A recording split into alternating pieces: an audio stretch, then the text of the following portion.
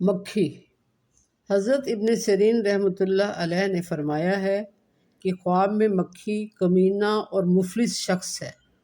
اگر کوئی شخص خواب میں دیکھے کہ مکھیاں اس پر جمع ہوئی ہیں یا اس کی آنکھ یا منہ میں جاتی ہیں تو دلیل ہے کہ صاحب خواب کسی کمینے شخص سے مال حاصل کرے گا لیکن نقصان اٹھائے گا۔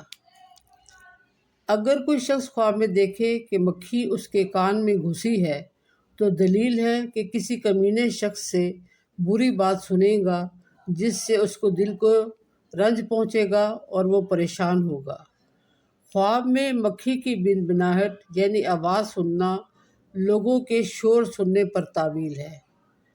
حضرت ابراہیم کرمانی رحمۃ اللہ علیہ نے فرمایا ہے کہ خواب میں مکھی دیکھنا حاسد اور کمینہ شخص ہے۔ اگر کوئی شخص دیکھے کہ اس کے ارد گرد مکھیاں جمع ہوتی ہیں تو دلیل ہے کہ اس کا حاسد لوگوں سے واسطہ پڑے گا۔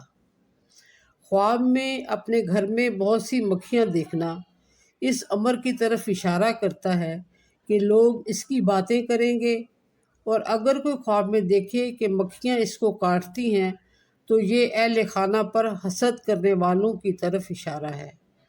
خواب میں مکھی کو مارنا حاسدوں کو مغلوب کرنے کی علامت ہے۔